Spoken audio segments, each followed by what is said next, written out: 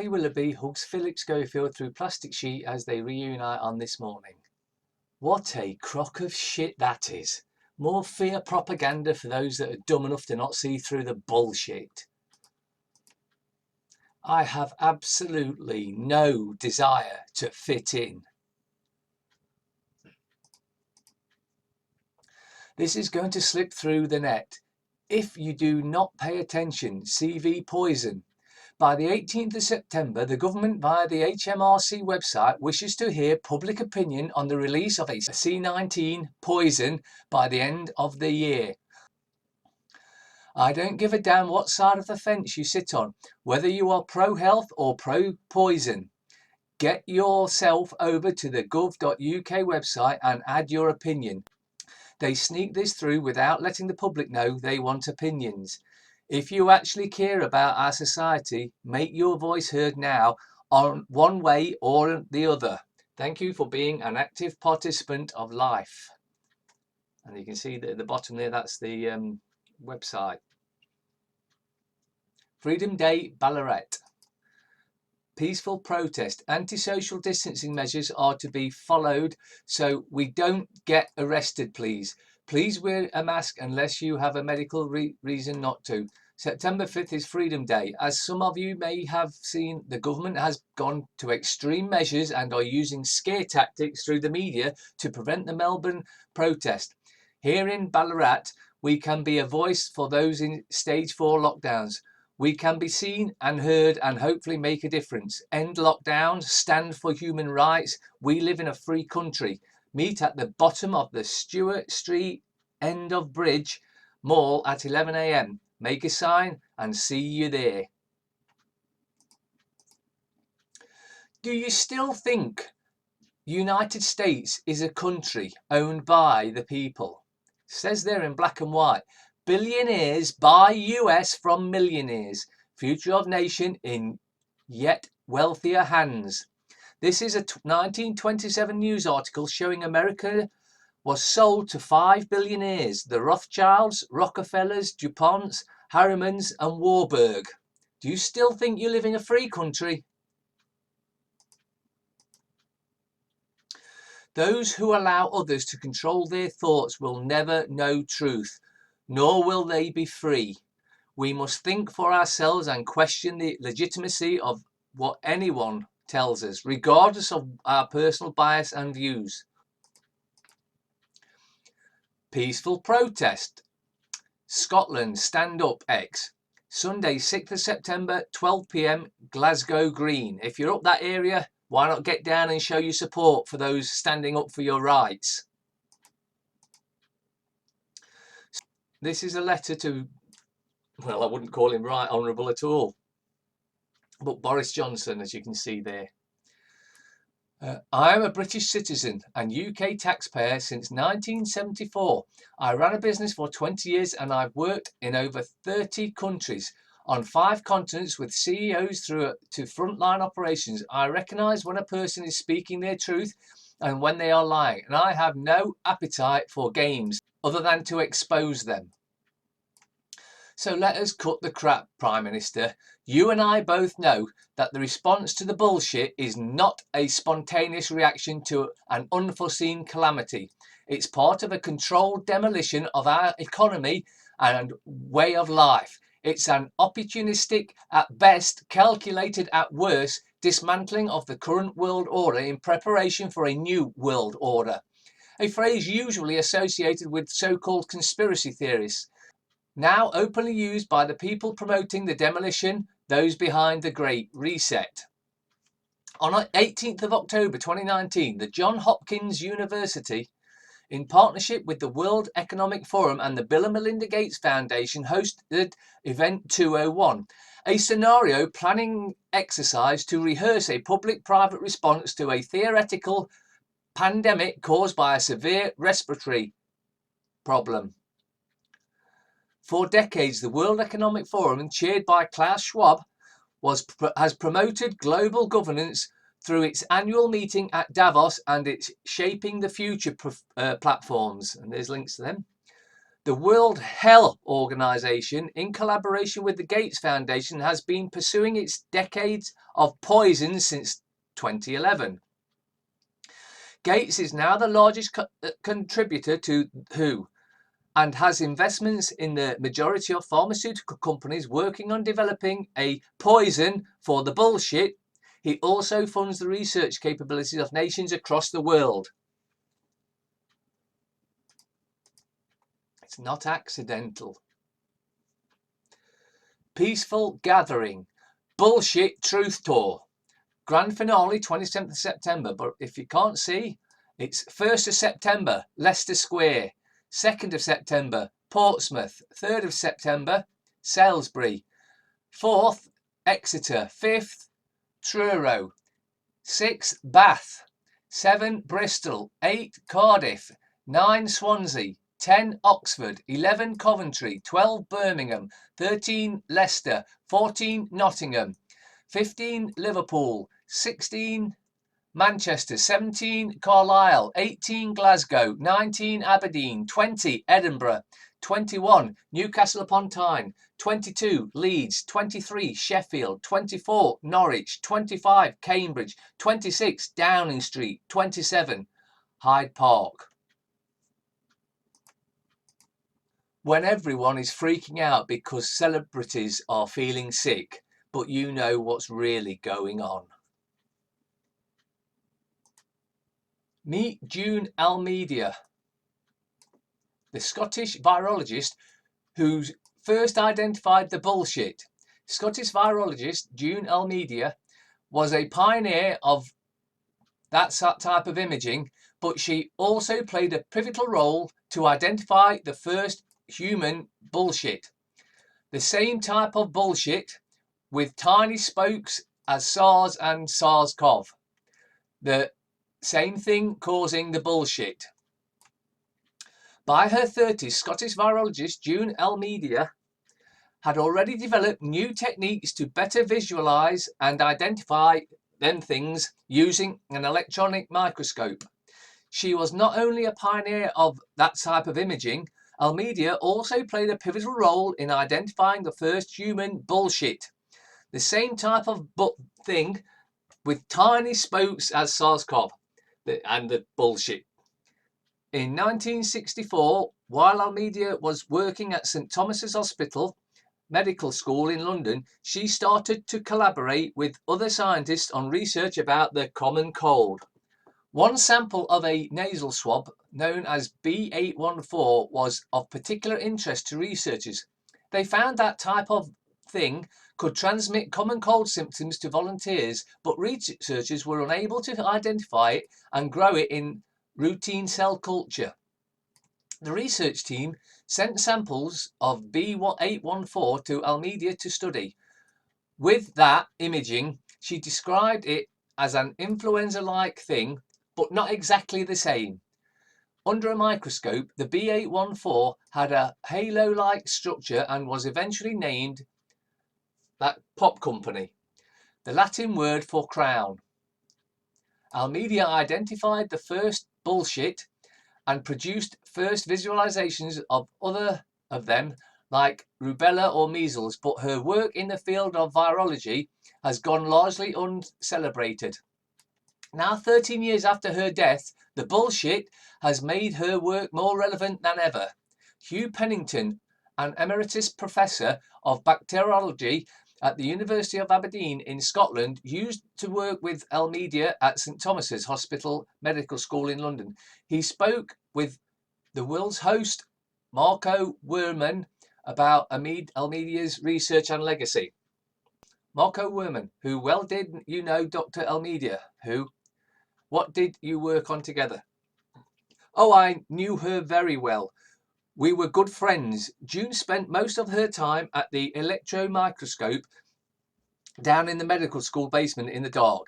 She got into this kind of empire very jealously. I am working on quite different things upstairs, but we published a paper together on models of bullshit and how you could simulate them using X-rays.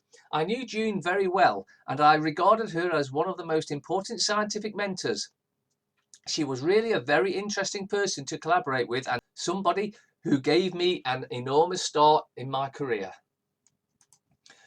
My heart goes out to the men and women who have been awake for years, if not decades. I cannot imagine the frustration and hopelessness you must have felt when you were literally watching the world burn with no one to talk to.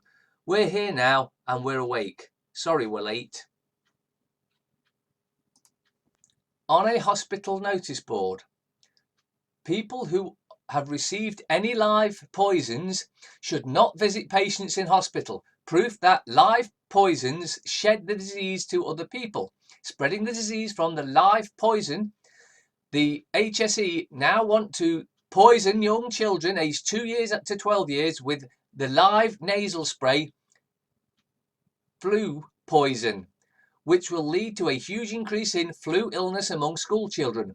Their siblings, parents, friends. This isn't how the government means to plan for the second wave of the bullshit, so that they can justify imposing a second lockdown. If you have young children, please wise up to what is happening and don't allow them to give this dangerous live flu poison to your children.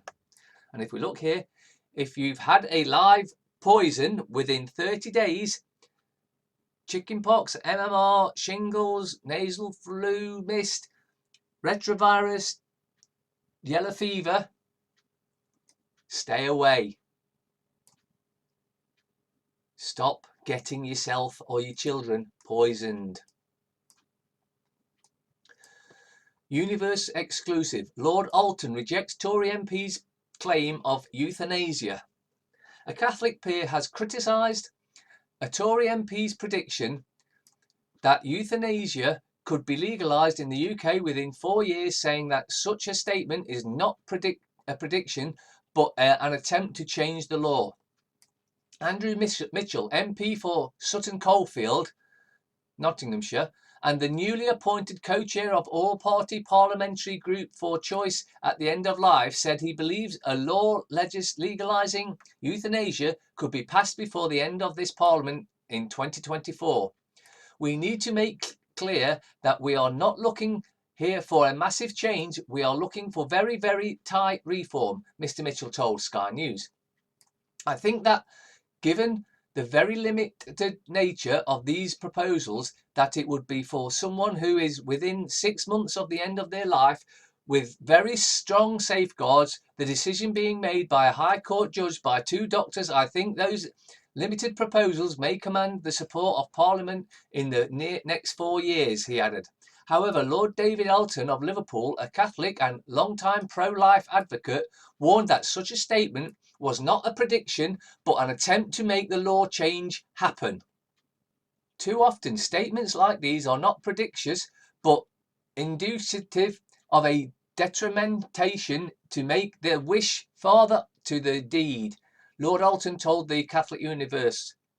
The proponents of euthanasia drip through that changing the law to permit lawful killing is inevitable. But what is it they want to make lawful?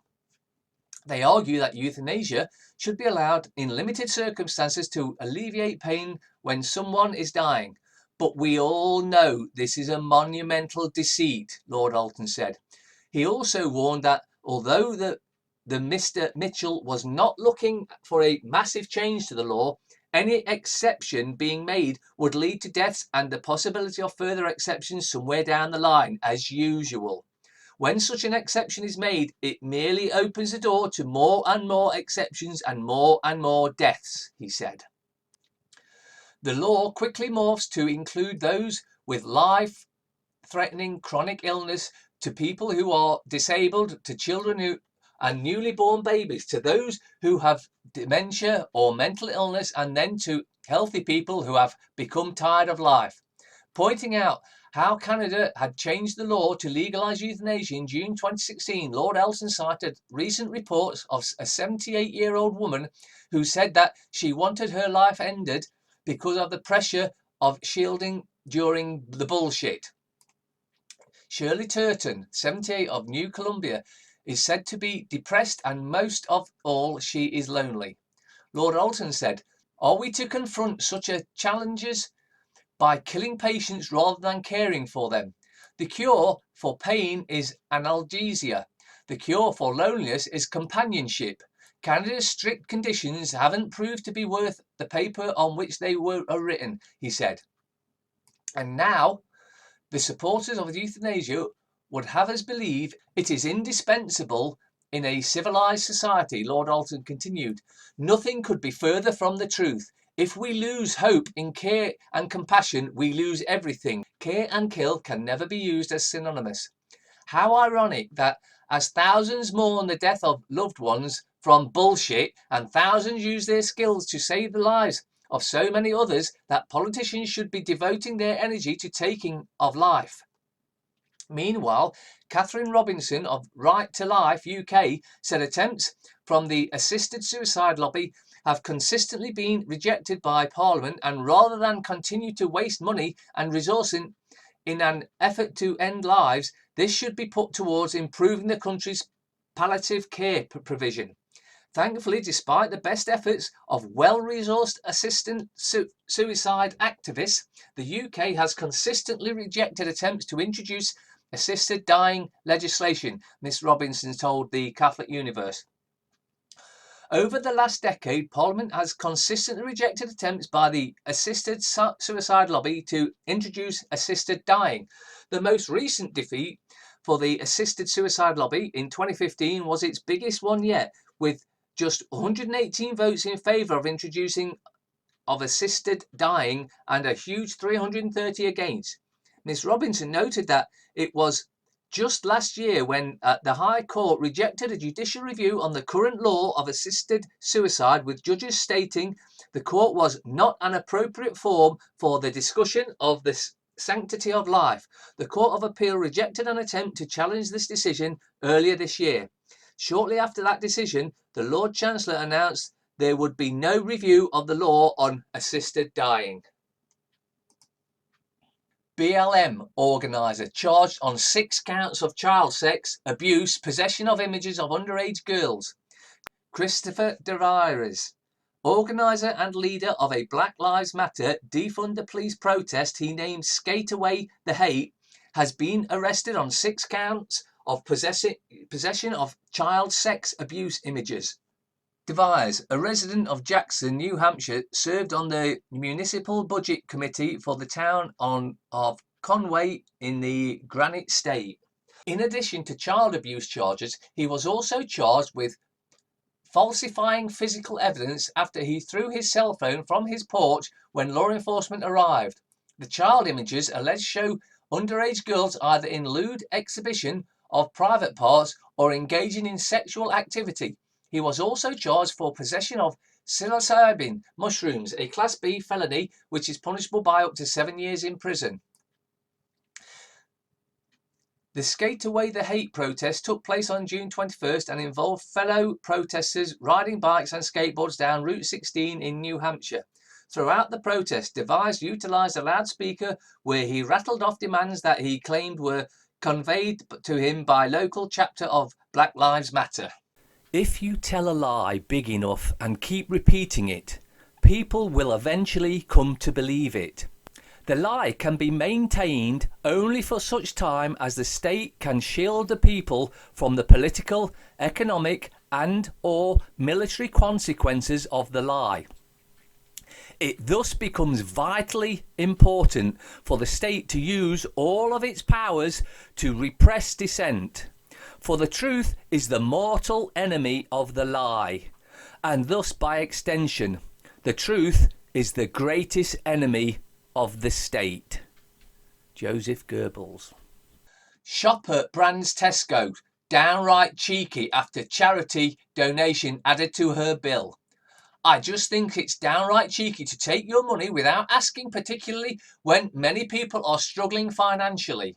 A Tesco customer was left fuming after they said Tesco had twice added a charity donation to her bill without asking. Posting on social media, the woman told of her experience at Tesco Extra in Bidston Moss yesterday, when on 2 occasions her bill had unknowingly been rounded up. The error had not been discovered until she had got home and checked her receipt, The woman posted. She said, Tesco are now rounding up your bill without asking you and donating the money to a diabetes charity or British Heart Foundation. I had 2 separate transactions in the store yesterday.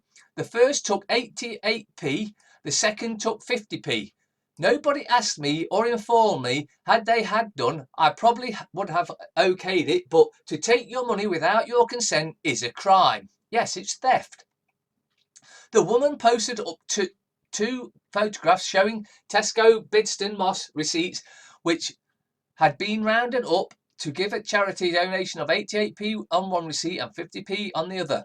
She then went on to add that the reason she had decided to make the post on the public group was to make people aware and to check their receipts before leaving the shop. As you can see there, charity roundup 41p. She said, and I'm not being stingy, I donate to several charities of my choice every month. I just think it's downright cheeky to take your money without asking, particularly how many people are struggling financially at the moment. Let us know if you have been charged by Tesco for a charity donation without your consent in the comments. I went to 2 different manned tills and neither cashier asked me. So if you're going to Tesco in the next month, be aware of this. Successful application of the newly discovered GANS plasma and GANS water technology for detection, cure, prevention and environmental disinfection of the bullshit family of viruses in trials in Iran 2020. There's names of the doctors there if you want to have a look at them. But Maran Takavoli Kesh, nuclear reactor engineer, space plasma queen, Mary of College at University of England, London, UK author. Ali Asghar Benem Naya, PhD, National Defence and Strategic Research University, Tehran, Iran, supervisor. Reza Assad, Doctor, School of Medicine, Iraq University of Medical Science, Iraq, Iran, medical doctor. Article 6 of the Covenant of Civil and Political Rights recognises the right to life is considered one of the fundamental human rights. Article 3 of the Universal Declaration of Human Rights states this: the right to life is an inherent human right. In the Constitution of the Islamic Republic of Iran, in the 3rd chapter about the rights of the nation, the 22 principle, the lives of people in all aspects are inviolate. This right can never blemish, even if in a state of illness, man has the right to use the facilities and equipment available to facilitate his recovery. Another of the cures for this bullshit. There's so many now coming out. We clearly don't need a poison. Downing Street plans new digital ID cards for British citizens as Dominic Cummings bids to transform government's use of data despite privacy fears. People to get online identity that can be used for daily activities like proof of age. It comes after issues emerged identifying people during the bullshit. Some, such as Tony Blair, called for cards to prove disease status during crisis. People will get an online identity that can be used for daily activities such as proving one's age, registering with a GP, and buying properties from a different location. It comes after issues emerged in identifying people during the bullshit, such as during the self-employed income support scheme. The government did not have any details on half of the 2.6 million who applied for support at the start of the crisis. Some, such as Tony Blair, called for a new digital ID card to prove their disease status, and the world relaxed lockdown measures. Well, he can piss off. Minister for Digital Infrastructure Matt Warman told The Times he was excited to work with partners in the private sector. So it's all going to be private. All your details will be given to a private corporation. Cabinet Office Minister Julia Lopez added, there is a need for an expectation for the government to make it easier for people to use digital identities quickly, safely and securely, and we are committed to enabling this. So they're enablers, are they? But naysayers have said the plans to remove regulatory barriers would result in problems over privacy. Matthew Rice on the Open Rights Group said, If the public don't trust that their data is going to be secure, they are not going to engage with the system, no matter how seamless or fictionless. Top 7 most used phrases in the UK. Cup of tea? The weather is shit. For F's sake. Which bin is it this week? Never drinking again. Fancy going pub for a one? Can you smell weed? Have you ever been to jail? Does Facebook count? We all know about that one. There's a 0.01% chance of rain, and I'm appalled that nobody outside is using their umbrella. Very brave man jokes. How do you turn a fox into an elephant? Marry it. What is the difference between a battery and a woman? A battery has a positive side. How do you make 5 pounds of fat look good? Put a nipple on it. Why do women fake orgasms? Because they think men care. Why do men pass gas more than women? Because women can't shut up long enough to build up the required pressure. If your dog is barking at the back door and your wife is yelling at the front door, who do you let in first? The dog, of course. He'll shut up once you let it in. Scientists have discovered a food that diminishes a woman's sex drive by 90%. It's called a wedding cake.